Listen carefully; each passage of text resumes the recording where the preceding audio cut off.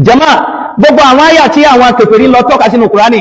tẹ́mi sọ wípé ẹwàyà Quran chapter kìíní verse kìíní ó ní ẹ máa pààyàn irọ́ lẹ̀ ń pa tó bá ṣe wípé àyà yẹn ń tẹ́ tú sí yẹn gẹ́gẹ́ nìtúmọ̀ rẹ̀ pé kí mùsùlùmí ọkọ̀ máa pààyàn anyhow bá a ṣe ń practice ìrun kíkí tá ń practice àwẹ̀ gbígbà tá ń practice nílọ hajj tá ń practice zaka báyà bá ṣe ti máa pa gbogbo ẹ̀yin tẹ́ ìṣe mùsùlùmí nù ká sọ wípé kí àyà yẹn wí ni pé ká kàbá payín báyà bá ṣe ti máa payín nìyẹn ọwọ́ adijọ́ wo lẹ́rọ àwọn mùsùlùmí bá ṣe dáadájọ́ ní jímọ̀ báyìí ó ní ìtẹ́ni tí mùsùlùmí dáadájọ́ tí wọ́n ti bá ṣe parí jímọ̀ mélòó agbọ́dọ̀ pa non-muslim 50 lónìí ìjọ ò lẹ́gbọ́rí ẹ̀ lè gbọ́ nínú ọ̀rọ̀ Islam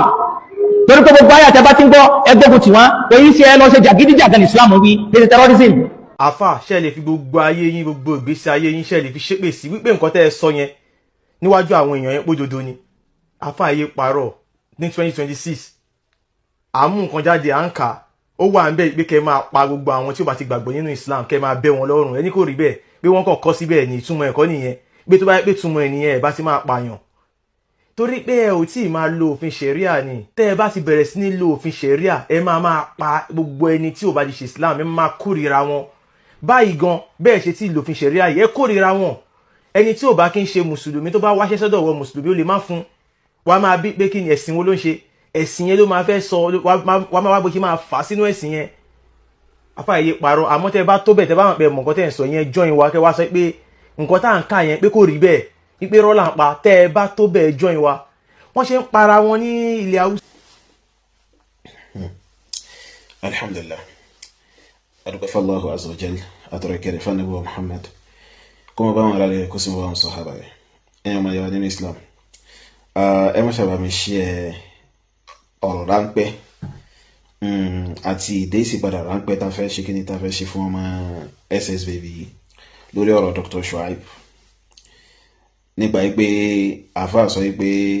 àwọn nǹkan táwọn ọmọ aláṣìṣe yẹn ń tú nínú Qur'anul Karim tú kùtù ara wọn ni wọ́n ń tú bódẹ̀ ṣeré nìyẹn manipulation wọn pọ̀ gan wallahi alazim. now ìrẹ ọmọ SS Baby yìí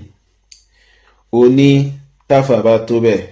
tí wọ́n bá mọ̀ pé tukutu lẹ́ǹtú ìgbé kan máa bọ̀ wá sórí live yìí sọ fún mi kí ni tó make sense kí ni tó jẹ́ ní òní bí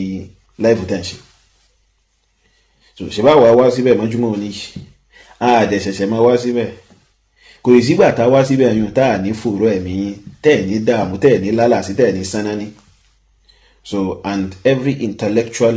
human ẹni tó rí rẹ̀ pé tó ọpọlọ rẹ̀ pé tó wà nù làákàyè rẹ̀ bó ti yẹ tó bá rí bá ṣe engage yín yóò mọ̀ yí pé so ẹ̀yin kìíní yìí mọ̀ yí pé ẹ ní any fact tẹ́ fẹ́ present lórí àwọn claims ìrọ̀ yín tẹ́ ń gbé káàkiri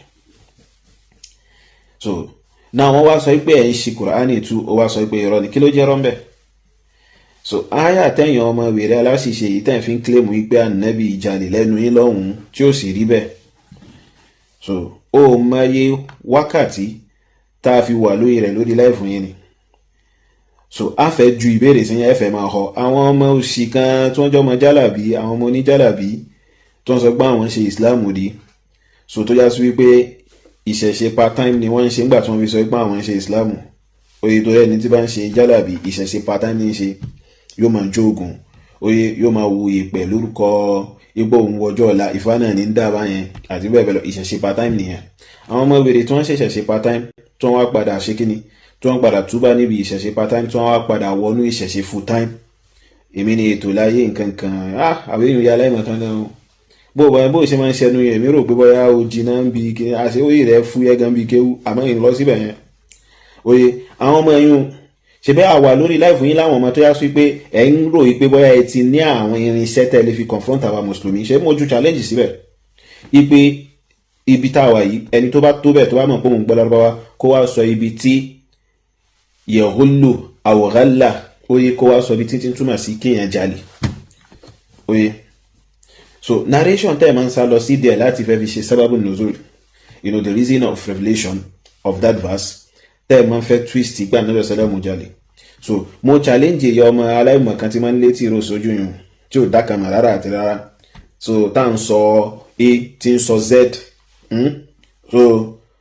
mo ní kó kà kó tú fáwọn èèyàn ó ń bẹ̀rù àti kà ó ń bẹ̀rù àti tú ńgbà tó máa pé oníkéwu ní bẹ́ẹ̀ wájú òun kálẹ́ni tí ò mọ kéwu ni kálẹ́ni tí èyí ṣe onímọ̀ nípa ẹ̀sìn Islam ni oye so yóò ká o àmọ́ mọ̀ pé tóun bá fi lè ká tó kàkàkùkà sí mi létí àgbákò kàn òun tírélà òfò yóò jáàmù ẹ̀. náà barakallahu fikum lórí fundraising tá à ń béèrè fún gẹ́gẹ́ bá ti ṣe dáadáa yìí kí Allah bá yẹ dá máa ṣàṣìn gbogbo àwọn ẹni tó ń bá wa dá sí kí Allah bá yẹ dá máa ṣàṣìn wọn lẹ́san lórí ipe àní outstanding balance tá a fẹ́ san fún àwọn ẹni tí agreement ilẹ̀ yìí ń bẹ láàrin wa àti wọn so iye tó sì kún wájú wa báyìí almost be 7.4 million naira nínú rẹ̀ àti rí 700,000 naira ní ètò túmọ̀ sí pé ó kù 6,700,000 naira níwájú wa àròyìn tí Allah bá yẹ dá máa ṣe gbà láì fún nínú arzikì kí a má ṣàbà wá dá sí kí Allah bá yẹ dá máa ṣàṣìn wá ní ẹ̀san olóore kí Allah bá yẹ dá máa ṣàṣàlékún arzikì fún yín àti fún àwa náà àkáǹtì wa 0045790267 Unity Bank Shehu Ahmed Yusuf. so àwa wà lórí láìfù yẹn wọ́n ń ṣe kẹtẹkẹtẹ rédèrèdè òsì ẹni kóbìnrin máa wá bá wa sọ̀rọ̀ so ẹ̀yin ọmọ yìí gan lẹ́yìn ọmọ SS baby yìí gan àti ìyókù yín oye ẹ̀yin ọmọ yìí gan obìnrin lẹ́jẹ́lẹ́gbẹ̀ẹ́ wa ká tó wá sọ ẹni tó yá sí pé obìnrin ni láàrin yín tó yá sí pé kálá bá ní ajá tá a fi ń dẹdẹ ni tá a fi ń ọ̀ǹtì ni ó yẹ ká mú fún ajá wa pé kájà wa máa bá a gbádùn kájà wa máa ṣe kí ni kó máa jẹ́sẹ̀ rẹ̀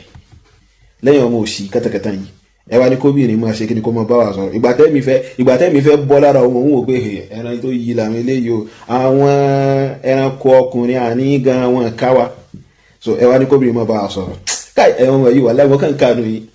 wallahi láti mọ̀ kánú yìí so fún délé yìí kò sí nǹkan kan tó jẹ́ ní o kò sí nǹkan kan tó nítumọ̀ tẹ́yìn ṣe lórí láìfù yẹn tó yá sí pé ó nídìí kí àwọn àáfà tó yá sí pé so iyì ń bẹ lára wọn kọ́ ẹ̀ṣẹ̀ mọ́ wá síbẹ̀ yẹn àwa náà yìí ń bẹ lára wa o àmọ́ àwa ń tiwa àwa ṣe tán àti fi ara wa yílẹ̀ láti fi protect Islam so kò sí àmọ́ǹtì ń tẹ́ ẹ lè sọ sí wa ń bẹ̀ yẹn oye tó lè ṣe kíni tó lè bà wá nú jẹ́ lẹ́yìn kẹ́bù ànábì oye so tẹ́ bá sì sọ̀tọ́ kó sọ àwa náà sì rè àwa náà ẹnu wa ò fi bẹ́ẹ̀ oye báyìí so àmọ́ tí mo fẹ́ sọ ní kò lásọ ni pé kò sí tó jẹ́ ní òtẹ́ ìṣe lórí live yẹn ìra SS baby so kálọ́pọ̀lọ́ rẹ bá sì pé dáadáa ni kálọ́pọ̀lọ́ rẹ bá ṣiṣẹ́ dáadáa ni oye in tó ṣẹlẹ̀ mọ́júmọ́ ní lórí live ẹ ó yẹ kó jẹ́ àdíkọ́gbọ́n fún ẹ ipe ẹ̀ tí láwọn ọmọ ogun tó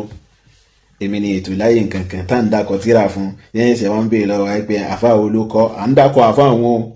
so àmọ́ gbàdé wá sí pé ìgbà tó sọ pé òun ṣe ìsìláàmù náà ò pé orí gbígbẹ́ ní gbé káàkiri so jálà bí ó sì kankan ń bá káàkiri máa ń túmọ̀ sí jákujáku má kọjú má kéwù wọn náà ló di ẹran àwọn aláṣìṣe èèyàn tí wọ́n ń dákún ẹ̀ní fún ẹ tí wọ́n ń dáwọ́ ẹ̀kọ́ fún ẹ so àwa ní àtúrò challenge pé àfẹ́ni tó